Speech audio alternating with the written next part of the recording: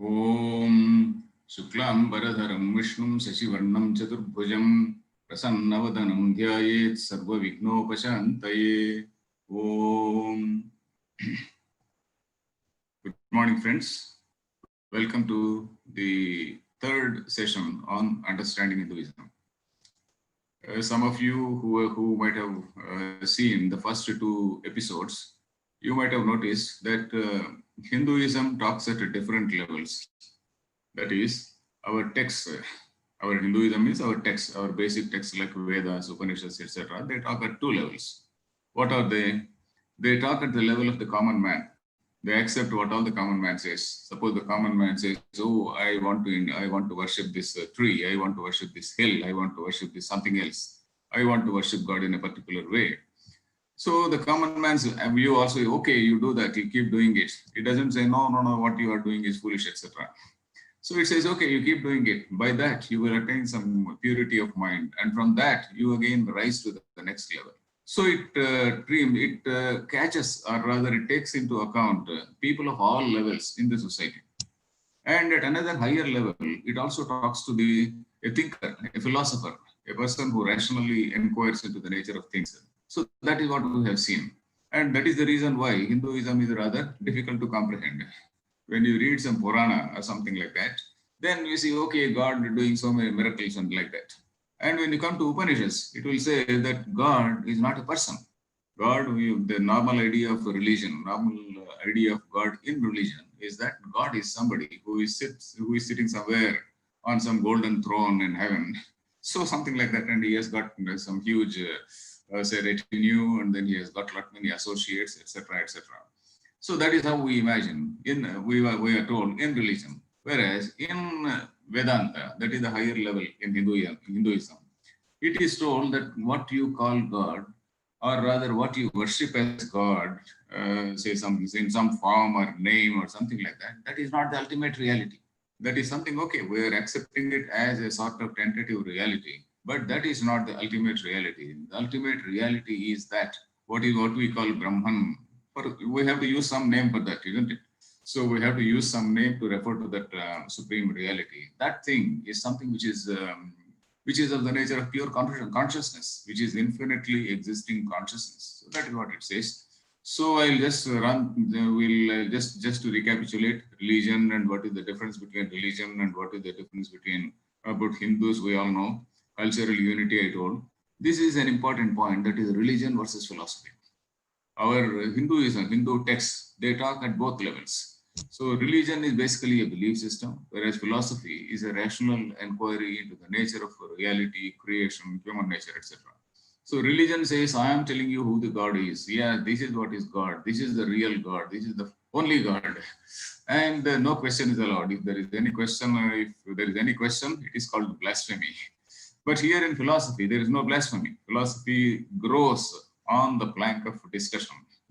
So then religion, of course, it has also got a mandate to convert. Not all religions, but some religions, they do have a mandate to convert. But here in philosophy, there is no question of no mandate to convert anybody. If you are able to understand, you understand, otherwise no.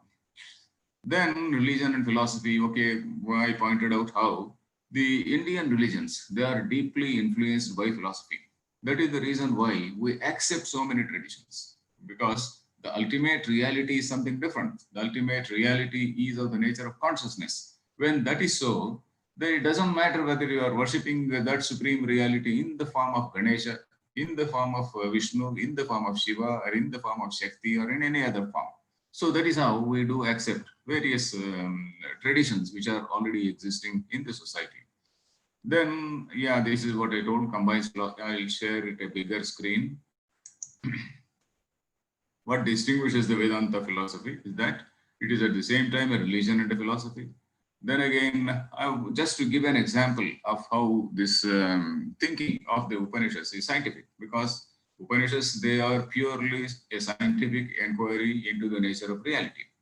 When that is so, because of that, they do not have any agenda. They do not have any agenda to establish a religion. Because if you have an agenda to establish a religion, you will say, yes, 2 plus 2 is 5. That is what they say.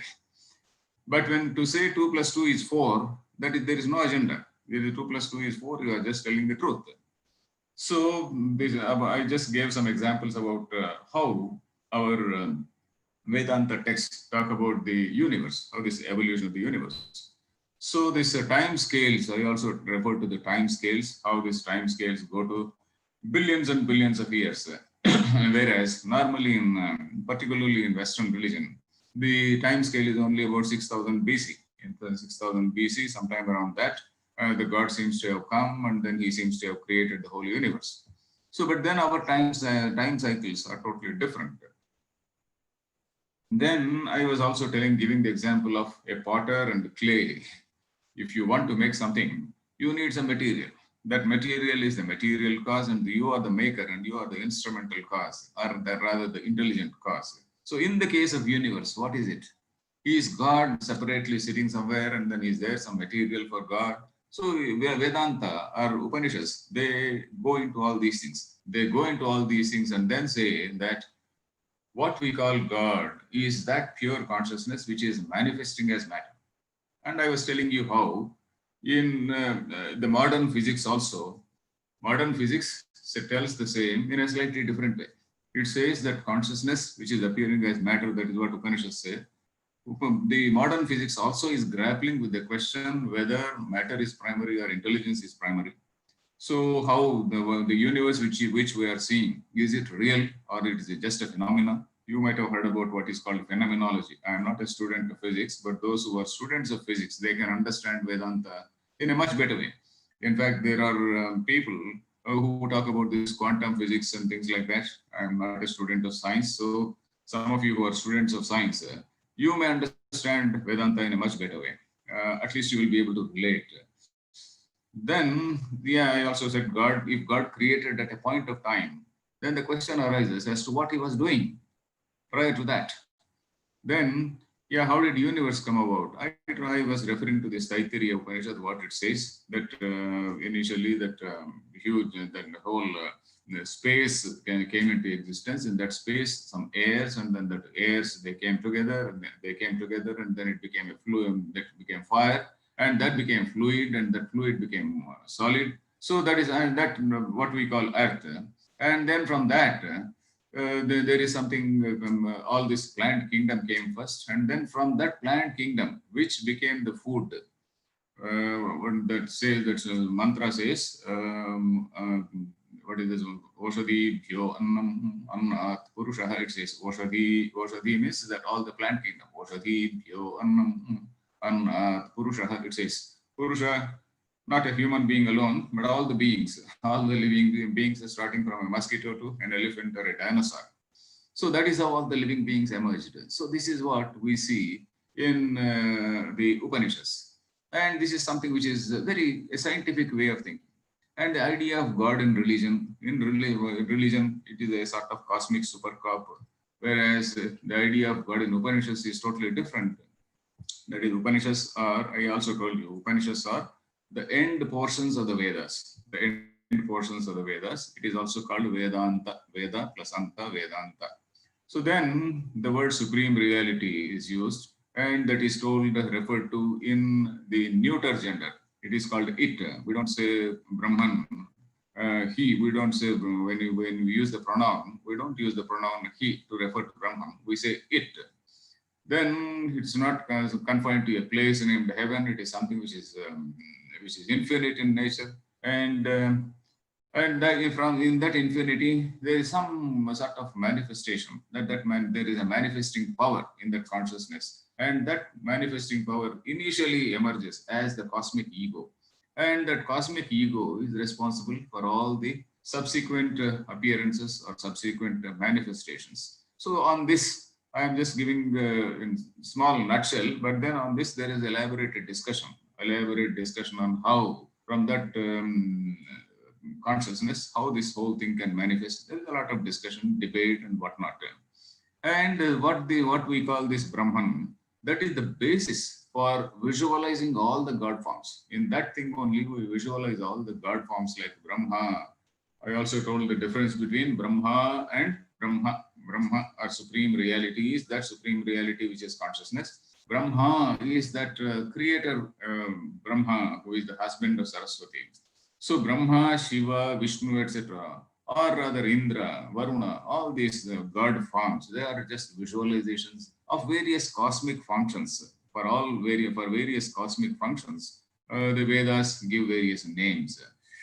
Then, who is the creator? Yeah, this also we discussed yesterday in the last class. Creator does not mean that there is somebody who is sitting, etc., who is sitting and creating all this. It is a manifestation which appeared in that supreme reality from that cosmic ego, that what we call the cosmic ego and the cosmic form. Then, yeah, this is also one point which we said. There are three guna, what are called the three gunas, what is called sattva guna, rajo guna, and tamo guna in the Prakriti. And what all we see in the universe, both the animate and inanimate, sentient and insentient, all the things, they are a product or a mix of these three gunas. So in every human being, not only in every human being, every vegetable, every whatever we see, whatever substance we see, all the things, they are a mix of sattva, rajas, and tamas. And this diversity in creation is due to this intermix of the three gunas. And about the evolution of the body-mind complex also we saw. No religion will no religion will say this. This is how your mind has evolved. This is how your senses have evolved. But Vedanta gives a sort of proposes a sort of hypothesis, and a very intelligent, a very convincing hypothesis. I don't say intelligent, very convincing hypothesis that this sattva guna, rajo guna, and tamo guna, which are the characteristics, not only characteristics, are constituents in that nature. From that sattva guna, the mind and the sense organs, they emerge. And from rajo guna, what we call this prana shakti, that is what that emerges. And tamo guna, the physical aspect of the body. The physical aspect of the body means the skin, bones, flesh, and blood, and all these things. So all these things which constitute the physical aspect of the body, they do emerge. So that is how the evolution of body-mind complex, not only of a human being, but all the living beings. And that is the reason why each individual sense organ corresponds to one particular element in the universe. For example, the sense of smell corresponds to the earth, because that is something which has evolved from the sattva component of the earth. And sense of taste comes from the sattva component of water. So the taste, the tongue, it only knows the taste. It doesn't hear or do any such thing. So this is the last slide I think we saw. Yeah, here again. Yeah, this is the last slide I think we saw. Mind is said to have evolved from the collective sattva component of all the five elements. That is Prithvi, Apas, Tejo, Vayu, Akasha. The five elements, they also have their sattva, rajas, and tamoguna. Sattva is, very, very simplistically speaking, sattva relates to intelligence. Sattva relates to say knowing things, etc. And in the human being, sattva also relates to what we call contentment, happiness, things like that. Rajoguna means a sort of fierce nature, fierce activity. I'm always interested in doing something, achieving something, getting something. And Tamoguna relates to some little bit of dullness, or just goes by whatever the boss says, and then okay, you go and kill, he goes and kills. So that is what is Tamoguna. So this is the last slide which we saw. Then now we'll see the body-mind complex, how it evolved. Yeah, I think this is the last slide. Then, yeah, Vedanta, what is the purpose of saying all these things? The nature of consciousness is the same in all beings. So you please see that the nature of consciousness is same, whether it is a mosquito or a small or an ant or anything. So the consciousness is the basic essence of all the beings. So Vedanta asks a person to see the unity in all the beings, see Brahman in all the beings. Now, the religious ideas versus Upanishads, from here we'll see today. Vedanta sees oneness. Vedanta sees oneness. That is, Vedanta says you have to see Brahman in all things. You have to see that consciousness, which is the substratum, which is the basis for all the things which are there in the universe. Whereas the religion says, okay, you are born in this religion, you are born in that religion, you are this, you are that, etc. The religion gives an identity which divides. Vedanta and religious traditions. In India, if we see Vedanta and also the religious traditions, they coexisted. How, for example, in one part of the country, our country was not small. Our country was Bharatakhanda. Bharatakhanda, starting from Afghanistan and including Burma and including all these Nepal and all those places, and down south included Simhalam, and our culture spread to all these Southeast Asian nations. So of course that was in a much later period. Southeast Asian nations like Cambodia and all that, much later period, that is maybe 5th century, 6th century common era. And much prior to that is the Bharatakhanda, right from Mahabharata times, right from over the last 5,000 years or much more. So these various traditions existed in various parts of the country. For example, in one part of the country, there was Shiva worship predominantly, particularly Kashmir and those places. Kashmir was known for that Kashmiri Shaivism. Even today, we call it all these Shiva-related books. They came from there, Shiva Tattva and those things. Then again, some other parts, the worship of sun was predominant. Some parts, the worship of Ganesha was predominant. In some part, the worship of Krishna or Vishnu is predominant. So like that, all these religious traditions, they coexisted. And the Vedas also, because they were basically bothered about knowing what is reality. So they did not say this is the only reality. They also praised there is what is called Rudra. Most of us, we do what is called Rudrabhishekam. We go to a temple and then we do Rudrabhishekam. And in that Rudrabhishekam, I tell you, the meaning of Rudrabhishekam is that it is Rudra who is appearing as the whole universe. It is Rudra who is seen in all the beings. So that is why Rudra has got say statements like Namo Mahadhyah Shullakebhyaschavo Namo. That is, I respect all these honorable men, all these gentlemen. I also respect all these stupid men or ugly or evil men. And Namo Takshapya Ratharebhyo Namo. I worship the carpenter, I worship the weaver, I worship the barber, I worship the tailor.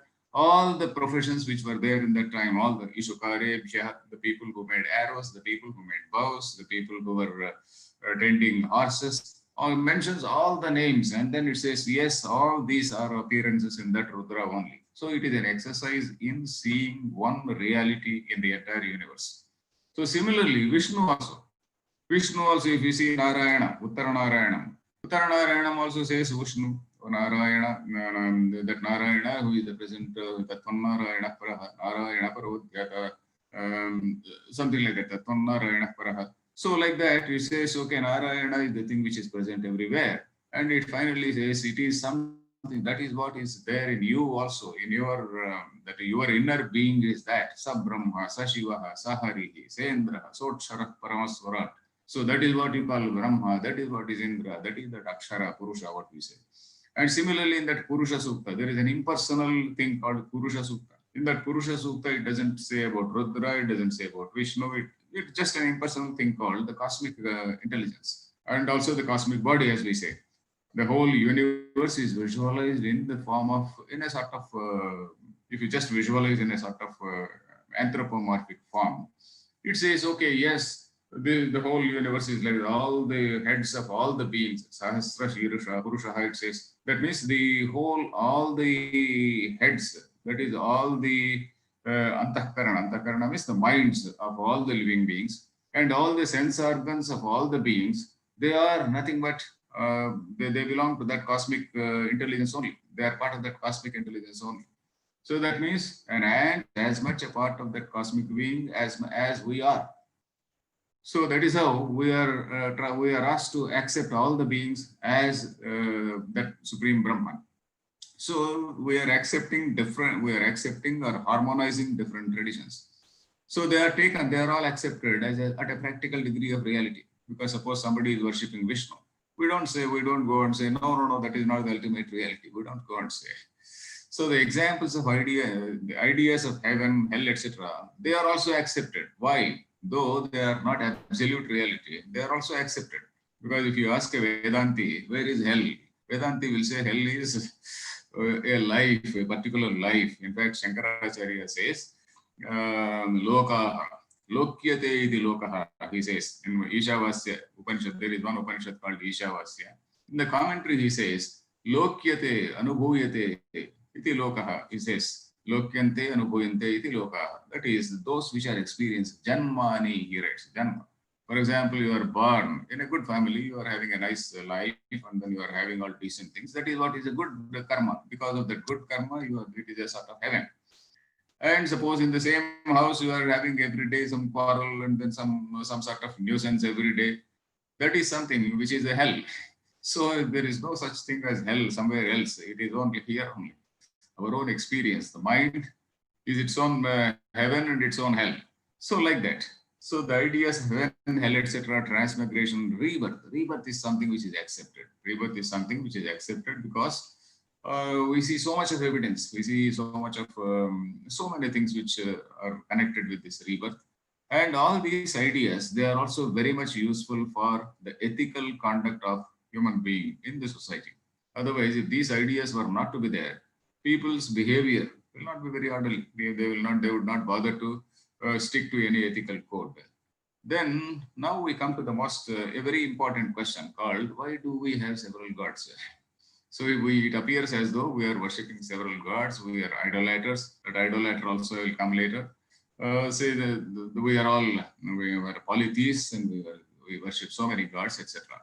Then what is the reality?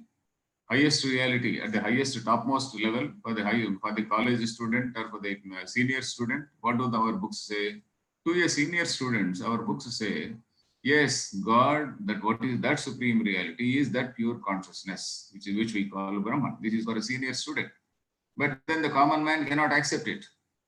I have mentioned the name Eliot, T.S. Eliot, and we know that the English poet, American poet rather, he said, human beings cannot bear too much of reality. Not human beings, he said humankind. Humankind cannot bear too much of reality. So he says, all of us, if you are a very, very devoted person, we will be shocked by statements which Vedanta says. So anyway, the ordinary man again needs God. We need a God, and then we want to wake up the God in the middle of the night. We pray to the lady, that is goddess. Oh, my dear goddess, you please, at that particular time when he is there with you in a happy mood, you kindly convey my message to him. In Telugu people, they have got a song also. We don't allow the Lord to sleep also. And we don't allow this lady also to sleep. So religion is a basic human need because every day you are asked, you have got a list of questions, you have got a list of prayers, etc. So Vedas did not prescribe or mandate one single God as the only truth. It doesn't say, yes, you have to worship Rudra only, you have to worship Vishnu only. There are hymns on Indra, there are hymns on what we call Sukta, Rigveda. All these hymns are called Suktas. So there are suktas on Rudra, suktas on Indra, suktas on Varuna, suktas on Agni. In fact, on Agni several. So like that, we have got so many suktas, but they don't mandate, yes, you have to do this, they don't say. And they allowed at the practical level, at the social level, they also allowed all forms of worship, which existed in different parts of the Bharata Varsha, as I said. Then they say that all gods are mere names and forms in that one Brahman. And that is the reason why we see continuance of so many traditions, presence of so many traditions, all coexisting. Then Gita, what does Gita say? Gita, we'll come to that Gita later also. I'm going to tell in more detail about Gita. But then Gita, it says, yo yo yam tanum bhaktaha shraddhayarchitumicchati tasya achalam shraddham tameva vidadhamyaham. That is this shloka, that is 7-21. Whoever, yo yam tanum, whoever, yo is in Hindi they say jo admi. So like that, yo, whoever desires to worship me in whatever form, I will conform to his devotion. It is not CONFIRM, CONFORM, it has to be. Yeah, I have to correct it later. Conform to his devotion in that very form. Then, what does it mean? Somebody is worshipping Rudra, somebody is worshipping Saraswati, somebody is worshipping Hanuman. You accept it. There is no need to go and say, what you are doing is wrong. My God is the only God. We never say. And the supreme reality is one, whether a person is in Alaska or Timbuktu, for the whole universe, the supreme reality is one. Whether you are in America, whether you are in Australia, so that is the reason why Vedanta is something which is undisputedly accepted by all philosophers across the world. All honest philosophers, at least till 19th century, they all accept it. Even today, of course, they do accept, but they don't talk about it. At least till 19th century, they gloriously talked about the Vedanta. Because at that time, till about 18th, 19th century, the missionary agenda was not there. After the missionary agenda came, then naturally they kept quiet. Whereas the missionaries they started attacking various other things. They cannot attack Vedanta. They are only attacking some Purana. They will only say, oh, your Lord is somebody who is dancing with all these damsels. So, or your Lord is somebody who has sent his wife away to forest and asked his wife to step into the fire. So they do find fault with such things, but they cannot question our Vedanta. So then the supreme reality is one. Then the philosophy of Upanishads, it shaped our religion, not only one religion. In India, if you see, what is the religion we have? We have got a multiple worship, traditions of worship. All these worship traditions are there. They all constitute a huge bag called Hindu religion. In fact, the word Hindu itself is of later origin. Our name is Sanatana Dharma. In that Sanatana Dharma, we have accepted all the traditions, and our value system is shaped by that. And what is our value system? Liberal, totally liberal, tolerant. All this liberalism and tolerance which we use nowadays, all these words which we think that they have come from France, liberty, fraternity, equality. Kindly note that the French writers, Voltaire, Rousseau, and all those people, they were deeply influenced by Upanishadic philosophy. They were deeply influenced. You kindly read a book called American Veda by one writer called Philip Goldberg. American Veda. The book appeared about 5-6 years ago, and it tells good and bad about how Upanishads and how various Swamijis they entered America and how the Swamijis behaved there, etc. And how Vedanta shaped the West, how Vedanta shaped America. In fact, there is I think I told in the last class also about what is called the Boston Brahmins. So Vedanta shaped America. All the big people in America like Emerson, Thoreau, all these people, Jefferson, they were all influenced by Vedanta. So anyway, that is how this liberal, tolerant, and it brought different traditions under one umbrella, that is Vedanta umbrella. Then the next slide on the same Gita, what Gita says. Gita, Krishna goes one step ahead. Earlier he said you worship in any form. And he goes one step and says, those who worship any other deities, not me, any other deities also, with devotion, they do worship me only. They are worshipping only one reality. So when he says me, when Krishna says me, I or me in the Gita, he is not talking as the son of Vasudeva, not talking about not the son of Devaki and Vasudeva, but as a representative of that cosmic reality, as the mouthpiece, not representative, as the mouthpiece of that cosmic being or cosmic intelligence. So they do worship me only. From that cosmic intelligence only all these the names and forms have come. So those who worship any other deities, he says, yajante shraddhayanvita tepi mameva kaunteya yajanti avidhipurvakam. Oh Kaunteya, my dear Sam, my dear Arjuna, those who are worshipping any other deity, they are worshipping only one supreme form. There are no too many realities. There is only one reality. Worshipping me only, that one reality, though in an unconventional manner. So Hindus worship in a particular way, somebody else worships in a particular way. Say when you are talking about supreme reality, there is no worship as such. It is a question of knowing. It is a question of understanding. It is a question of realizing that your essential being is not much different from that reality. So this is a very, very liberal. You see this statement. What a shocking thing for a fundamentalist. If you go to a religious fundamentalist, can you expect from this statement from any religion except this Vedic religion? You worship any god, it is acceptable for me. It is like accepting. It is like worshipping me only. So our God is not jealous. Our God is not at all jealous. Our God is not at all having any sort of complexes. So that is how it is. A very liberal, inclusive, and a tolerant statement. When somebody says, oh, we are the people who advocated liberalism. It is total nonsense because they got this enlightenment only in the 18th century after interaction with the Indian text. We can very firmly say, kindly we have to you do more study into this, you will know that all the early Europeans who came to India and then early scholars, they were in all praise. But then later part of the 19th century and all that, then they realized, hey, our religion is getting totally eroded. So naturally, they started attacking. Naturally, they started devising various means and various plans how to denigrate and all that.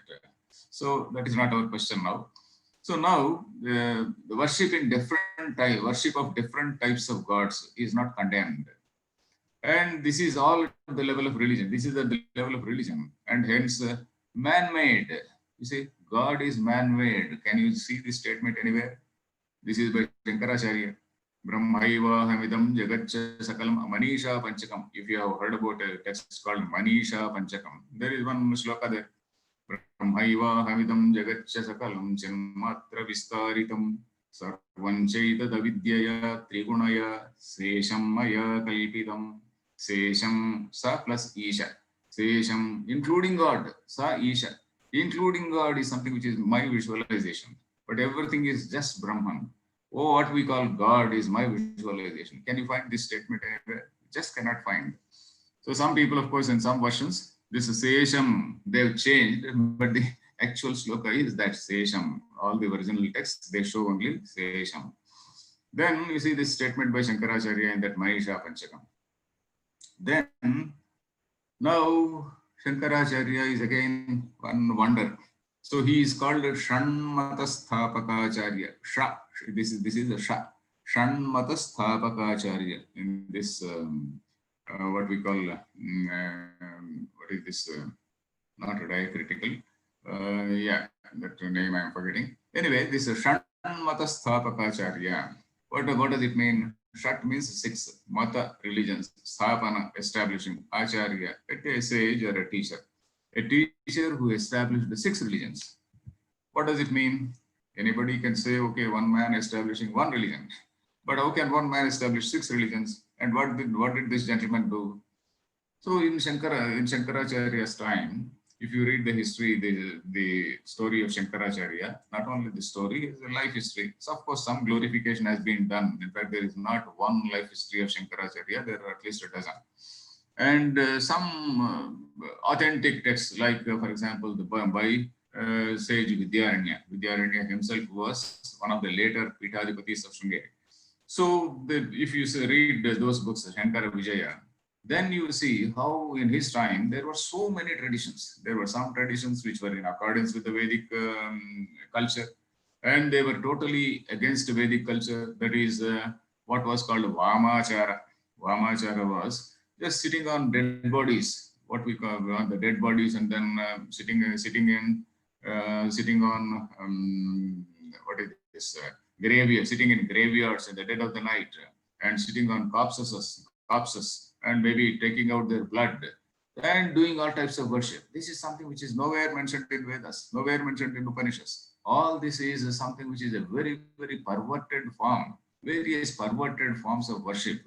He condemned. He said this is not Hinduism, and then he censured. They are all non-Vedic. Of course, something may be going on even today. Somebody may be doing something, sitting on a dead body, etc. Or spitting at our own. When you are worshipping a god, you are just spitting, and then worship. That spitting is a form of worship. Uchishta Ganapati we say. So like that is a Vamachara. So these were censored by Shankaracharya as non-Vedic, and he examined that at that particular time there were 6 dominant traditions in different parts of the country, and those 6 dominant traditions, he said, yes, let them be there. And he slightly refined their framework and then the way of pujas, etc. And then he said, all these are one. All these are only one form. They are manifestation. They are the same Supreme Brahma. You worship in the form of Vishnu. You worship in the form of Shiva or Shakti. You worship in whatever form. So that is what he said. And he wrote some stotrams. He wrote stotrams on all these people. Vishnu stotram he has written. Shiva stotram he has written. On Shakti he has written. On Ganesha. So everybody. So like that. And some other people, they also harmonized. You see, some people who wrote Puranas, they also harmonized. So they also established some sort of relation. They said the Shiva and Shakti are husband and wife. And Ganesha conveniently has become a son. And Muruga, Kumara has also become a son. So there is a family. And Vishnu is supposed to be the brother of Shakti. So like that, so then Surya, of course, he is the only man who is slightly away. And that Surya is also, he is also part of that, what we call Panchayatana. And Shankaracharya is also said to have started this system called Panchayatana. You are not only worshipping one god, you may be having 4, 5 deities, which is basically an exercise, even a hardcore Vaishnava, for example, or a hardcore Shaiva. If he is having that Vishnu as a hardcore Shaiva, if he is having a Vishnu Salagrama, he will not throw it away. He will also worship it, and he will also pour some milk and honey on that. He will also do puja on that. So it shows, it brings the tolerance. That spirit of tolerance is made part of that ritual. So when you are doing the Panchayatana, that spirit of tolerance is indirectly, or rather unconsciously, it is built into us. So that is what we see. And Shiva follower does not call Vishnu the devil, and Vishnu follower doesn't call Shiva a devil. So this is what we find throughout our literature. For example, if you read Shiva Purana says Vishnu is a very good friend of Shiva. And similarly, Vishnu-oriented Puranas, if we see, then Shiva also is a very good friend, or rather associate of Vishnu. So like that, they have harmonized it.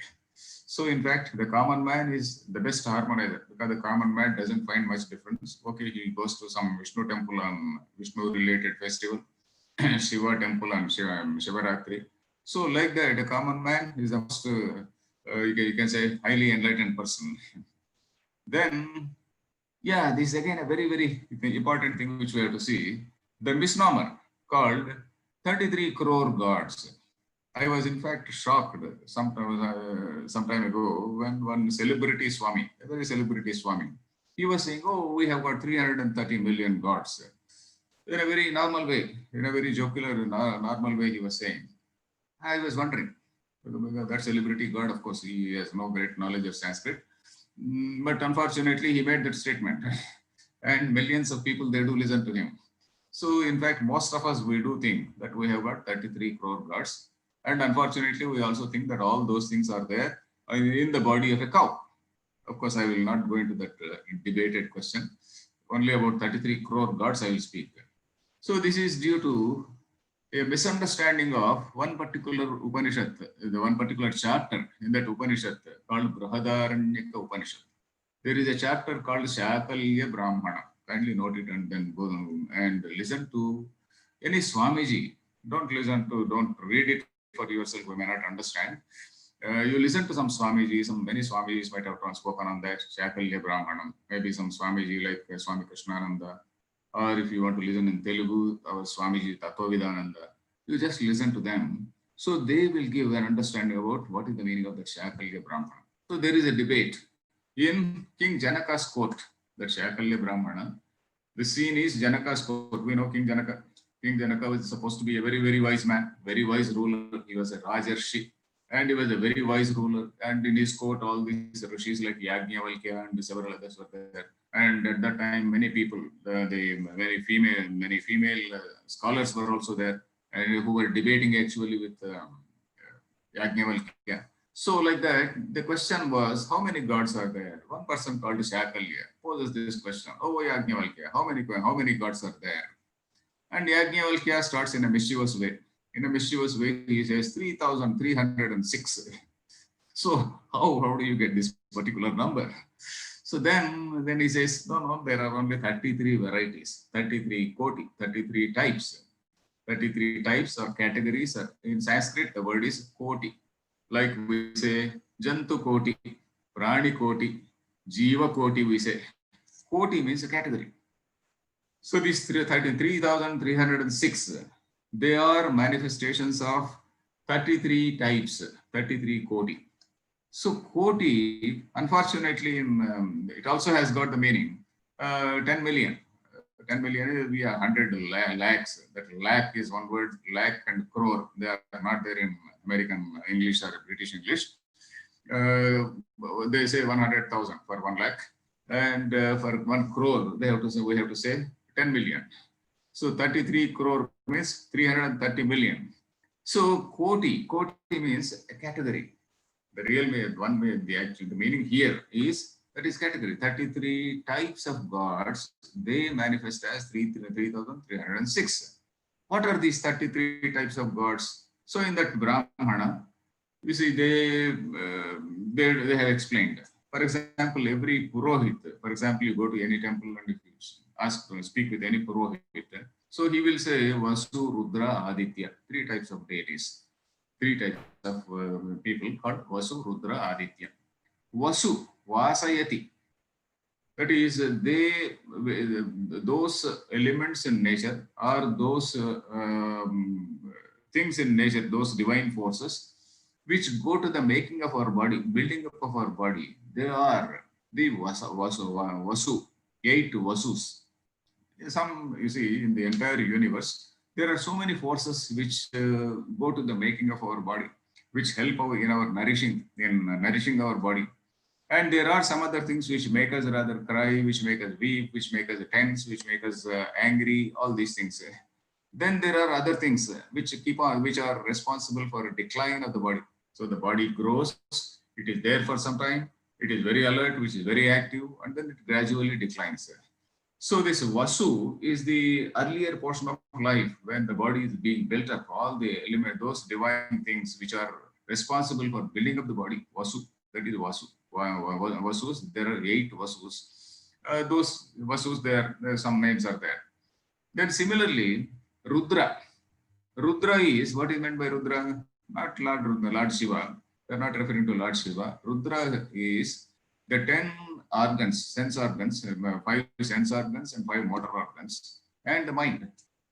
And these are always craving for some sensual pleasures. For example, my 5 senses, they always seek external objects. They always seek something, and then if you don't get it, you are angry, you are uncomfortable, you are feeling sad, and the mind is depressed, and the mind wants so many things. So these are the Rudras. Rodayati iti Rudra. Then Aditya. Adadana gachanti. That is, they slowly and slowly and slowly they take away. They take away our life. They take away our body vigor. So they are the Adityas. So there are 12 Adityas, Rudras, and 8 Vasus. They add up to 31. The remaining 2 are Indra and Bruhaspati. So the Yajnavalkya, he gives an explanation there. If you go into details of that chapter, then you will know that this 33 crore, how that 33 crore, the nomenclature, how that has come. And Koti is a category, as I said. And the chapter, the ultimate lesson, ultimate message of that chapter is that all these are manifestations in one reality. And from that 33, he comes down to 6. From 6, he comes down to 3. From 3, he comes down to 1.5. And from 1.5, he comes down to 1. So if I have to explain all these things, it is again a very big class on Sakalya Brahmana. We'll skip all that.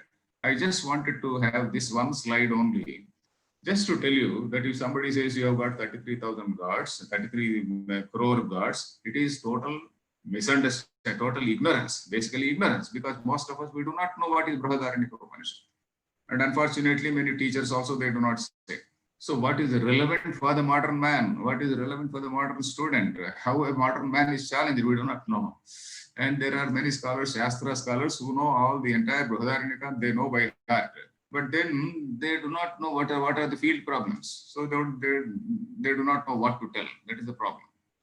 So anyway, so now, well, let us see if you see the historical facts or historical, not reasons, facts only. The Indian sages, they did a peaceful and harmonious integration of various traditions. So that is what we see. That is, the Vishnu follower did not quarrel with the Shiva. Of course, they had a quarrel at one later point of time. You see, particularly in Karnataka and some other places, we find also in Andhra, some places, south and north also. fight between Shaivas and Vaishnavas. That is after we came far away from the Upanishadic times.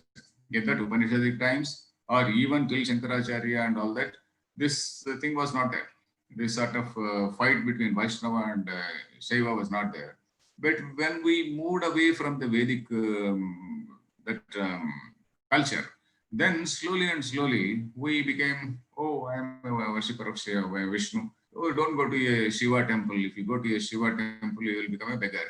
So unfortunately, there are people who say there are people who say that. So this is, but the Indian sages, our rishis, the idea of rishis was not that. The rishis, they did a peaceful and harmonious integration of different traditions. And in other places, whereas in other places, if you see other places means other places in the world, whenever a new religion came, it grew with the support of the king. For example, Christianity, when it came, the King Constantine he got converted, and then he was responsible for spreading the religion. So the existing religions were all wiped out. But this did not happen in India because this political support, because the sages, they were like, they were actually philosophers. They were sitting in some forest places, and then they were actually teaching. They were engaged in teaching. They were not bothered about political power. They were not bothered about converting people. They were only bothered about knowing the truth. They were only bothered about debating. So if you see that Janaka's court, all this, the entire Brihadaranyaka, it has got so many chapters in which the scene is with this Janaka's court, where all these debates take place. So like that, in fact, the debating, in fact, Indian is a sort of argumentative Indian. That gentleman Amartya Sen has written a book called Argumentative Indian. We may not agree on many points with Amartya Sen, but there is one chapter about this tradition of Shastras Charcha. So in India, he talks about this tradition of Shastra Charcha, where people come together, they do debate. There is so much of freedom of expression. So he wants to say that in olden days, freedom of expression was there, now it is not there, but he is totally telling it with a different agenda. That's a different thing. So that is why we cannot accept it. But the fact is, we were liberal, we are liberal, we continue to be liberal. That is what we have to see. We continue to give respect, freedom of speech, we do respect. But if somebody is trying to cut my throat and then eliminate my freedom of living also, then we have to resist. Then the tradition of debate and discussion existed, and people were at liberty to exercise their judgment. And Hinduism has no organizational structure like other religions. We don't have any organizational structure. But what united the country? You see, other religions, they do have an organizational structure, they have a political backup and all that. Whereas here, we don't have any. But how? How did the society remain united? It is because of Vedanta. Because Vedanta said, all are one. So Vedanta united all the people. It united different traditions. Then in Vedanta, we find three schools. Yeah, this I just wanted to briefly mention. I will not go into details because that will be a very, very big debate.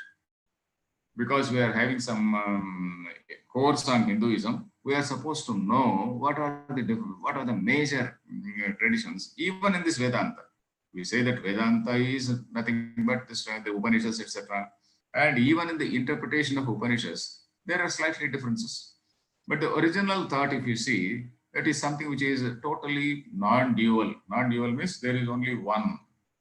Non-dual means there is only one Brahman, supreme reality called Brahman. And that is something which is of the nature of pure consciousness. It is not somebody, it's not a person. So it is not as though that person is appearing and creating something, etc. So that is the original thought.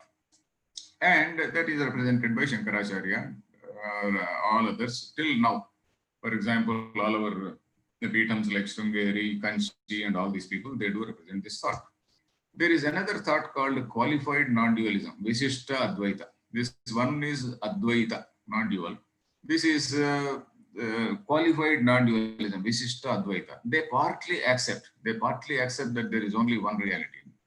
But then they also say that that one reality which is also formless, it has also got a form, and that form is that of Vishnu, Sri Hari, as we say, Narayana, as we say, and as somebody who is reclining in a huge ocean. So they are accepting these two. they are also saying that there is what is called Jagat, the universe. Jagat is also there. Whereas Vedanta, the original impersonal reality, it says Jagat is something which is an appearance in that reality. Whereas here it is said the Jagat also is there, but both are again in that supreme reality called Vishnu. So then there is another dualist school. Dualist is what we call Dvaita. Dve is to Dvaita, dualist. There is what is called a personal God, Vishnu, and who is different from the world, totally different from the world, and creates the world. He is totally different from the world. He creates the world. Madhvacharya and other people. This qualified non-dualism, Ramanujacharya and others. Then non-dual Vedanta. In this non-dual Vedanta, again there are divisions. As I said, Advaita Vedanta. In the earlier screen, we saw Advaita, Vishishtadvaita, and Dvaita. And now in the Advaita, there are again some divisions. What are they? That pure non-dual, pure consciousness, infinite. That's all. And those who are also Advaitins and followers of, they also love Vishnu, for example. Those who hold that Vishnu as a supreme reality, supreme God or supreme reality. And that is Vishnu Advaita, it is called Vaishnava Advaita. For example, Bhagavatam, etc., Srimad Bhagavatam. Srimad Bhagavatam, if you read Bhagavatam, you just find Advaita only, nothing else. But then Vaishnavas, of course, they do debate. They do debates. They say that no, it is our book. But anyway, all the traditions, Vaishnava, except Shaiva, Dvaita, Vishishtadvaiti, Dvaiti, all the people, they do respect Bhagavatam. In fact, I love Bhagavatam. So then, those who hold that Shiva as a supreme, it is called Shivadvaita. Shivadvaita. There are some texts where they say, for example, Sutta Puranam and some Puranas. There you find Sutta Samhita, not Sutta Purana. Sutta Samhita, part of Skanda Purana. And there are some Shaiva Puranas. So there Shiva is supreme. Then some others who hold the Shakti as supreme. Lalita Sahasranama, we say Lalita is somebody who is sitting on the Shiva. Shiva is reclining and Lalita is somebody who is sitting on him. So Lalita, she is said to be the supreme reality. And similar texts showing Ganesha as supreme reality. If you see Ganapati Atharva Shirsha Upanishad, Ganesha is the supreme. There Ganesha is the Brahman. And the common man is the one man who is a really blissful person. Common man worships all. He doesn't see any great difference. He doesn't bother to quarrel. Then why do we worship idols? Do we have time? Yeah, we still have about 8 minutes. This idol, this is another very great accusation against us. And even our people also sometimes, why do we worship idols? Why are we just worshipping this idol? In fact, I also used to think like that when I was in my school or college days, idol.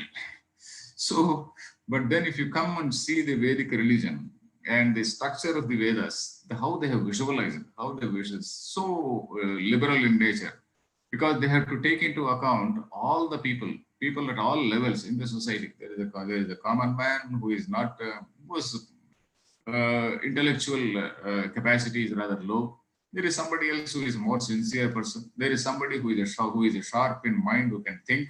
So the Vedas, they do take into account, they speak to these three people at three different levels. So Vedas talk at three levels. That is karma, upasana, jnana. It is there called karma, upasana, jnana. Karma, what we call ritual. Upasana is what is called meditation. Upasana, the literal meaning of upasana is just have that idea of God in mind. You take a mantra, and then you meditate on that mantra, you meditate on the meaning of that mantra, you meditate on the nature of that particular deity, and then try to become that deity. So that is it. Try to become is not as though you will become all powerful and then start creating, doing all magic, etc. All the characteristics of the deity you are trying to absorb, and then you are trying to grow. You are trying to grow in that inner growth. It is basically helping us in our internal growth. Then the ritual upasana and philosophical inquiry is what is called jnana. Philosophical inquiry without any agenda. Without any agenda, who am I? So I have to go to a teacher and then I have to read some Upanishads and then know what exactly the Upanishads tell about the nature of the jiva. Then the Vedas cover all levels of people. The first level is ritual, the yajna, etc. The second yajna means just okay, there is somebody who is reciting some mantra, and somebody who is putting some ghee and various things into the fire, and there are some other people who are assisting. So all those things. Then the second level is meditation, and in yajna it is pure karma, pure activity, physical activity, whereas meditation is a mental activity. The mental activity where you are supposed to concentrate your mind, focus your mind, and then concentrate on the meaning of that mantra. So that is meditation. It is a slightly higher level person. That is a mantra. There is what is called a mantra. You know what is a mantra? Mananat trayate iti mantra. That is, suppose there is a mantra. And that mantra is said to protect us if you keep on chanting it. In what way? Not that when your enemy comes and then that mantra is going to protect you, etc. Mantra enables you to give that focus of mind, concentration of mind, and it enables you to think better. It enables you, it gives all that mental vigor, And also with that mantra, there are also certain powers associated with mantra, because mantra also done. It is in that Vedic language, that Vedic intonation is also there, that swara, udatta, anudatta, swara, etc. is there. And those swaras, they produce certain effects. And those swaras which are recited in that particular fashion, they are expected to give us some result. So that is again, that aspect of mantra also is there, in addition to this mental strength and all that. Then meditation is to achieve this concentration of mind. And mantra, this mantra actually, Vedanta teachers say that mantra was the original temple for a god or a goddess. Suppose there is what is called Ganesha mantra or Saraswati mantra or some other mantra. That is originally the temple of that god or goddess. And slowly what happened? Somebody prepared a small symbol called yantra. Somebody also made some sort of diagram, some triangles, and then inverted triangle and whatnot. So that inverted triangle and all those things, we know that symbolism, for example, in the Lalita Sahasra. In that Lalita Sahasra, if you see that inverted triangles and then other triangles and the intermix and all that, it is something similar to what we see in Dan Brown's book. What is that? I forget the name, that Dan Brown's book. And these symbols, they were also there in some other religions, also in Jewish religion. Probably there was some sort of exchange of ideas. And in fact, there is a theory that our own Yadus, they became Jews. There is a theory, and there is a lot of writing also on that. So anyway, this mantra is the verbal body, the temple of the deity. Small symbol yantra came later. And somebody, some ingenious person, he made a small human form. And that human form naturally grows, gradually it developed into the shape of an idol. And that idol also, having some 4 hands, for example, God having 4 hands representing dharma, artha, kama, moksha. Or somebody like Brahma having 4 heads representing the 4 Vedas, or some other god having some other weapons, those weapons symbolizing something. So depending on the symbolism of that god, that symbolism is brought out. It is translated into the form of a portrait which may be a drawing, or it is translated in the form of a yantra, or it is translated in the form of an idol. So the idea of God becomes the idol of God. So finally what is happening is the idea of God is becoming the idol of God. This is what we see. So now, why do we worship idols? We're just continuing. So, this I'll just close with this. There is one Upanishad called Ramatapaniya. Not only one statement, there are so many other statements also, but this is one very, very famous quote from Upanishad. It says, Chinmayasya Advitiyasya Nishkalasya Asharirinaha Upasakanam Karyartham Brahmano Rupakalpana. Many of our teachers, people who do pravachans, they also recite this shloka. What is that? Chinmayasya Advitiyasya Nishkalasya Asharirinaha Upasakanam Karyartham Brahmano Rupakalpana. That says, this supreme reality, what we call Brahma, This is something which is of the nature of intelligence. Chin, Chit, Maya. Chit plus Maya, Chin, Maya. Chit means intelligence or consciousness. Chin, Maya. It is of pure consciousness alone. Then Advitiya, non-dual. That non-dual one. And it has no divisions in it. In that consciousness, there cannot be any room, there cannot be any divisions in that. Nishkalasya. Kala means division, part. Asharirinaha, ashariri. There is no sharira, there is no body. Sharira means body. Asharirinaha. Then how is it that you are visualizing these forms? Upasakanam karyartham. In order to facilitate the people who are meditating on various things. Upasakanam karyartham.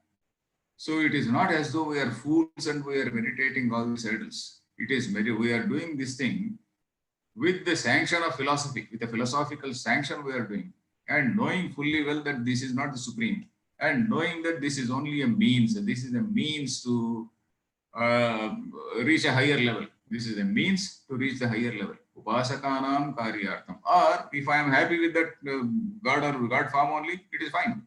There are many people who are just content with that. If I am content with that, if I am content with worshipping it, if I am content with whatever result I am getting, well, that is fine. But Upanishads say, don't be content with that. You come to the higher level. You come to the higher level and try to know what is your nature. So you see that there is no difference between you and that God or goddess or supreme reality. So the Upanishads say, ask us to come to that level. So this particular mantra in that Ramatapani Upanishad says, Upasakanam karyartham brahmano rupa kalpana. Rupa kalpana means visualization of a form. Then we'll come to this topic in the next session.